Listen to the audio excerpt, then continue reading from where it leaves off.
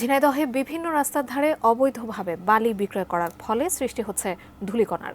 এদিকে শীত নিবারণের জন্য যেখানে সেখানে আগুন ধরানোয় সৃষ্টি হচ্ছে কালো ধোঁয়ার ফলে বাতাসে ধূলিকণার সাথে কালো ধোঁয়া মিশে বায়ু দূষণ হচ্ছে। এ বিষয়ে ঝিনাইদহের যশোর চুয়াডাঙ্গা মহাসড়ক থেকে বিস্তারিত জানিয়েছেন আমাদের প্রতিনিধি ইমন হাসান।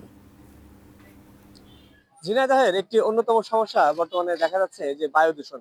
বায়ু দূষণের মূল কারণ আমি একটু বলি। ঝিনাইদহের যে মহাসড়ক, মহাসড়কের পাশ ঘেঁষে কিন্তু বিভিন্নভাবে বিল্ডিং স্থাপনার কারণে বালি রাখা হয়, এমনকি অবৈধভাবে রাস্তা দখল করে বিভিন্ন বালি ব্যবসায়ীরা বালির ব্যবসা করে আসছেন, যেটার ফলে কিন্তু রাস্তার দুই ধারে ছড়িয়ে ছিটিয়ে আছে প্রচুর পরিমাণে বালি।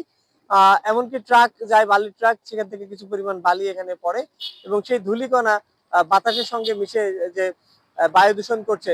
সেই বায়ু দূষণের ফলে কিন্তু শিশু সহ বয়োবৃদ্ধ যারা আছেন তারা বিভিন্ন রকম নানা রকম রোগে ভুগছেন। আমরা চিকিৎসকদের সাথে কথা বলে যতটুকু জানতে পেরেছি যে এই বায়ু দূষণের ফলে কিন্তু প্রধান কয়েকটি কারণ হচ্ছে অ্যালার্জি, শ্বাসকষ্ট, হ্যাঁ, বিভিন্ন রোগের সঙ্গে কিন্তু ভুগছে সাধারণ মানুষ। আর আমরা কিন্তু দেখেছি বর্তমানে শীতকাল, যেহেতু শীতকালে বিভিন্ন স্থানে যত্রতত্র তারা আগুন ধরাচ্ছে, বিভিন্ন ময়লা আবর্জনা পুড়িয়ে কিন্তু তারা যে ধোঁয়া নির্গত করছে সেটা বায়ুতে মিশে কিন্তু বায়ু দূষণ হচ্ছে। বিশেষ করে শীতের এই সময়টাতে কিন্তু খুব বেশি হয়ে থাকে এই বিষয়গুলো। তো সব মিলিয়ে একটু জনসচেতনতার অভাবের কারণে এই বায়ু দূষণ গুলো হচ্ছে এবং এটার উপরে কোনো প্রশাসনিক পদক্ষেপ এখন পর্যন্ত আমরা দেখিনি। ঝিনাইদহ থেকে বায়ু দূষণ নিয়ে এই ছিল সর্বশেষ।